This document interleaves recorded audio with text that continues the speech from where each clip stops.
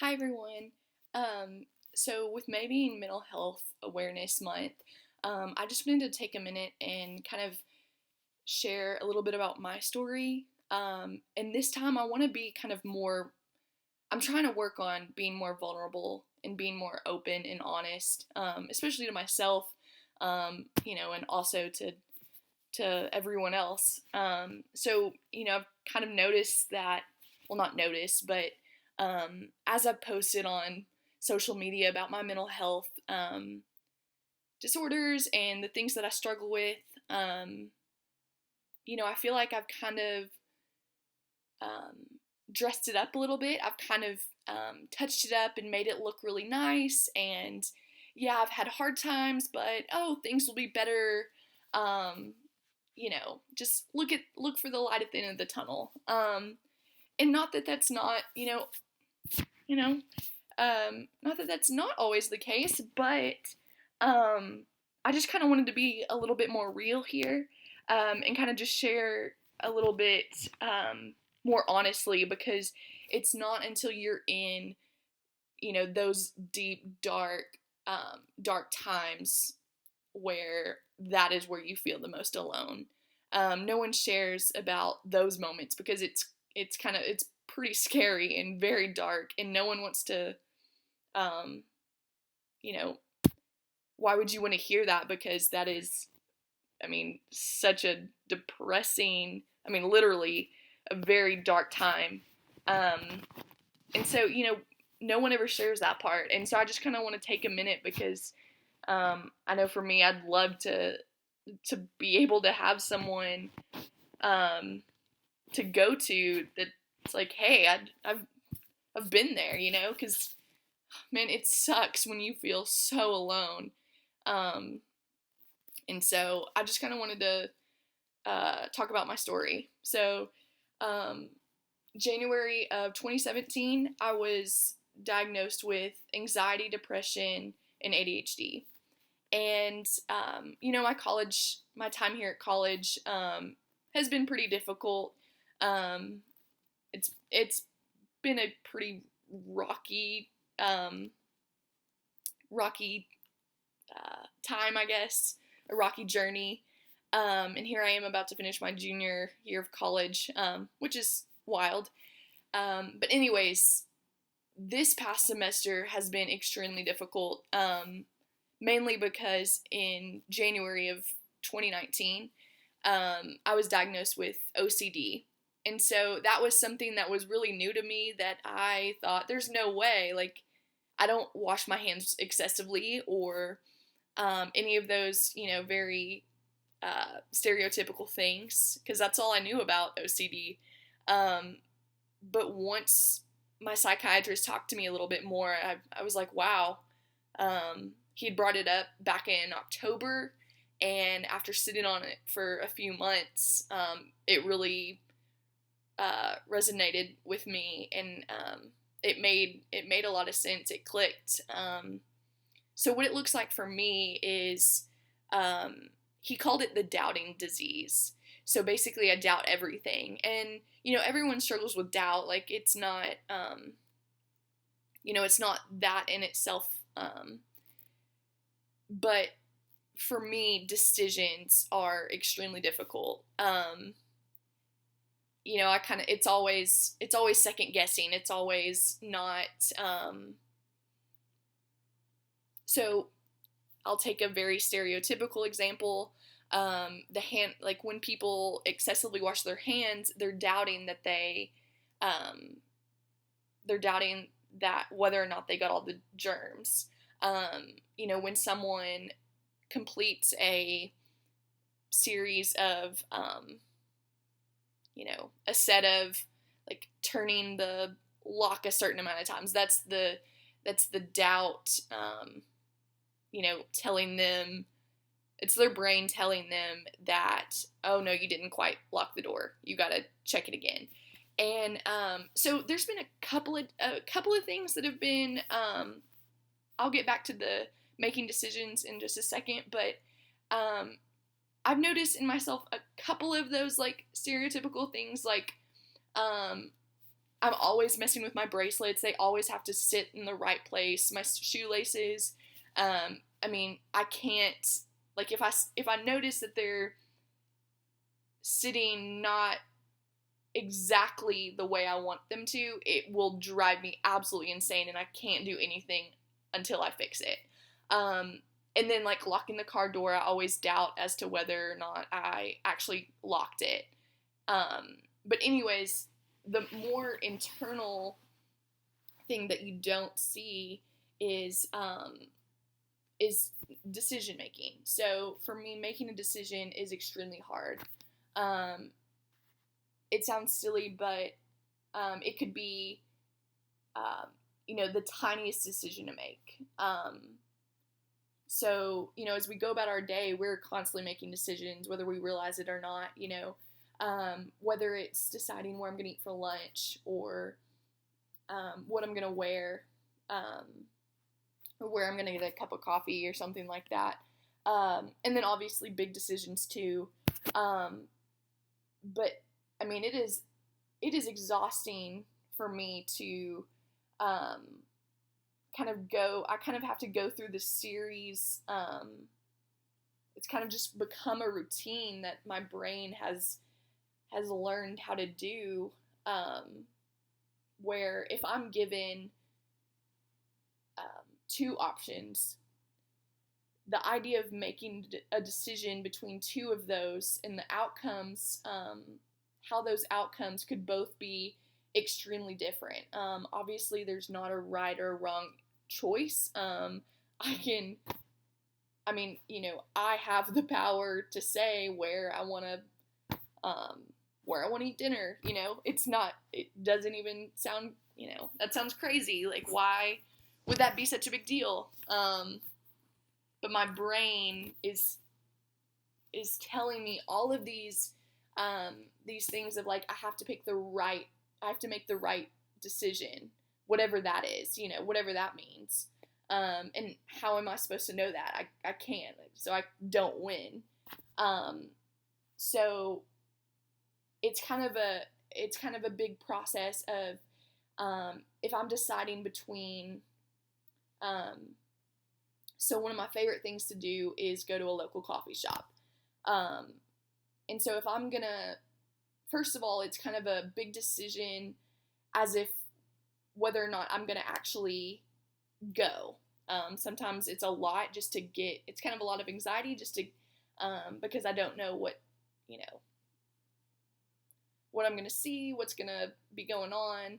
So that's, a little bit of anxiety there. That's normal for me. But just making, so just first step, making that decision as if whether I'm going to go to, whether I'm going to do this, whether I'm going to go to a coffee shop or not. And if I decide to, then where?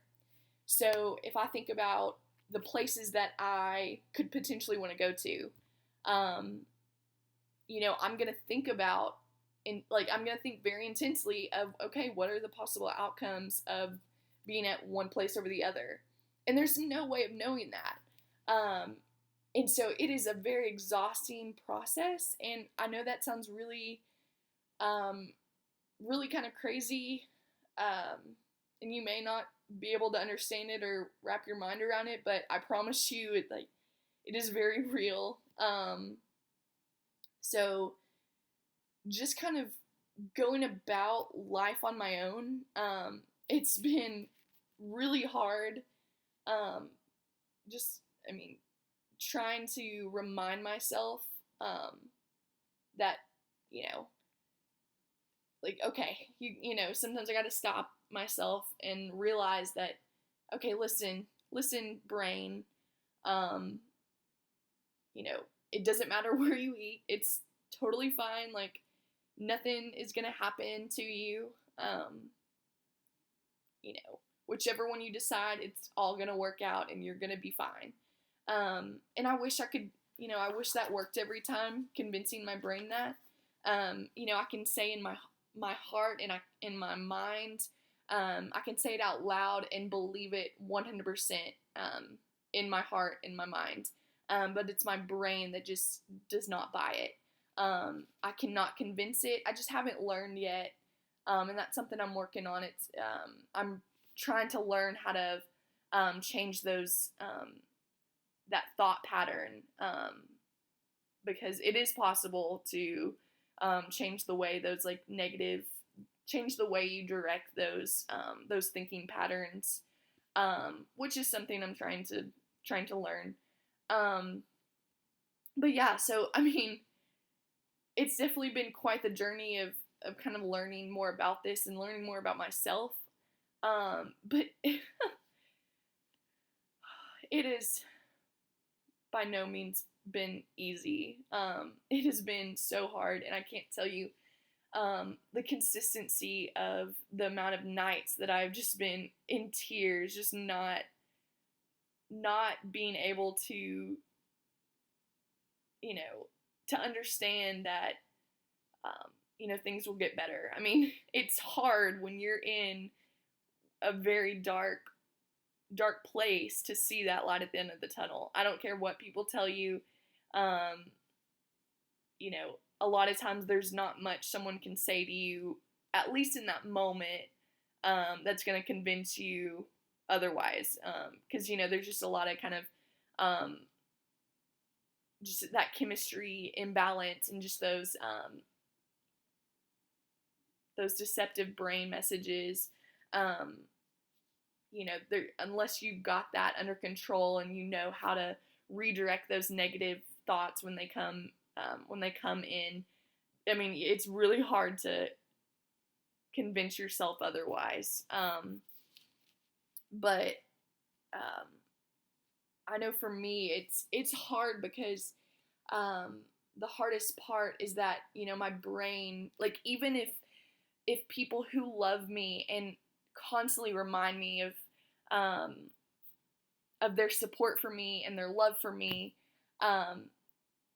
even when people, do that, I mean, my brain still doesn't quite believe that, and so it's hard because I want to, I wish so badly that I could be 100% all, like, all understand, or understanding's not the right word, but I just wish my brain could understand that, because in my heart I know that person's there for me. So the other night I was in my car and had been sobbing for about 2 hours. It was just a really bad night. And I mean, I just remember screaming and yelling in my car and just yelling out loud, please let me call someone. I was so upset with my brain would not let me physically make a phone call. And that sounds so crazy, but when your brain tells you over and over that you are a burden on someone for calling, like, no matter how many times that person on the other end of the line, no matter how many times they tell you it's okay, like, please, I'm here for you, my brain does not accept that. So that in itself is a battle. So anyways, I just feel like a prisoner to this, to my brain, and just not being able to have this sense of freedom. It really sucks. But finally, that evening, I finally I went for it.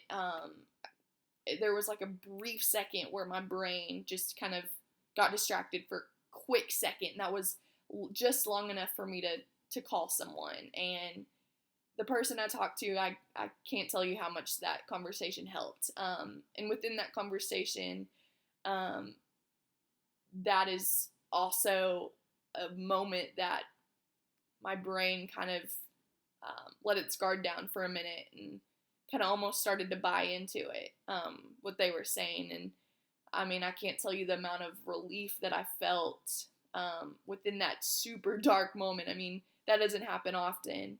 But I mean, I just really wanted to share this. I know it's really dark, but I just wanted to share this and let you know, like, real, very honestly, some of the things like I've experienced, because I've just dressed it up so nicely on social media. Like you just think that, oh man, she is so great because she's just struggling with these things, but she doesn't let it get past her. She's got it all taken care of, no big deal.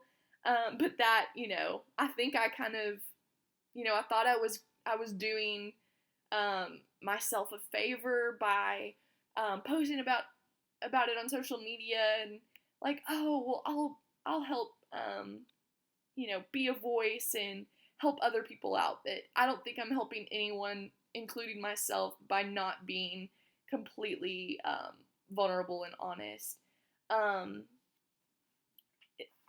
You can just see as I look in my journal, just the tear stains covered on pages, where chicken scratch. You can't read it because, in those moments I was so upset.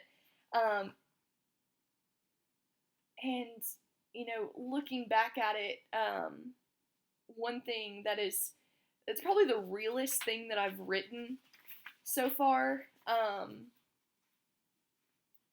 is, it was one of those really bad nights, and one thing I said was, I wish I had a physical excuse for the way that I'm feeling. I wish you could see it. I wish it was like a broken arm. I wish it was something that you could see the amount of pain and just struggle that I go through every single day. But of course, that's all behind a smile.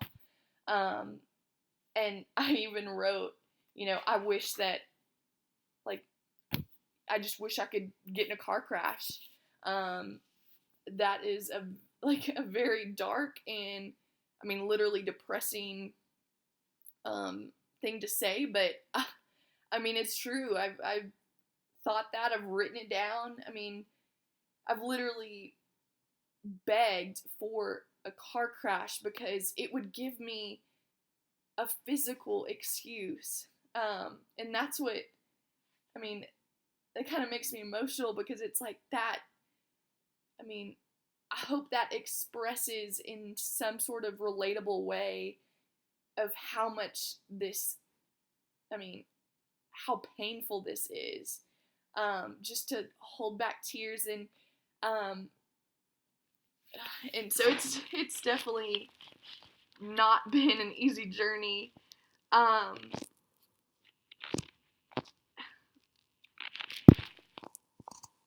So the last thing I want to say is, and I'm speaking to myself here, and I hope this helps in any way, but just taking advantage of those good days, taking advantage of those great moments where you're happy and you're able to be yourself, like the person that you know who you are. The part in your day where the OCD and the anxiety and the depression and the ADHD aren't interfering, but it's just like one of those moments where you are actually yourself, and so that's been something I've been really trying to focus on, is taking advantage of those good days and those moments where you just experience just that brightness of your day, something that catches you so off guard that just makes you so happy and filled with so much joy. Just that's what has been keeping me going, is remembering that those moments have happened and that they will happen again. And I promise you that is the case for you, whoever's watching, if anyone. So I hope that this helps in any way, shape, or form. I'm always here. Reach out if you need anything, even though it's much easier said than done. So thank you. Bye.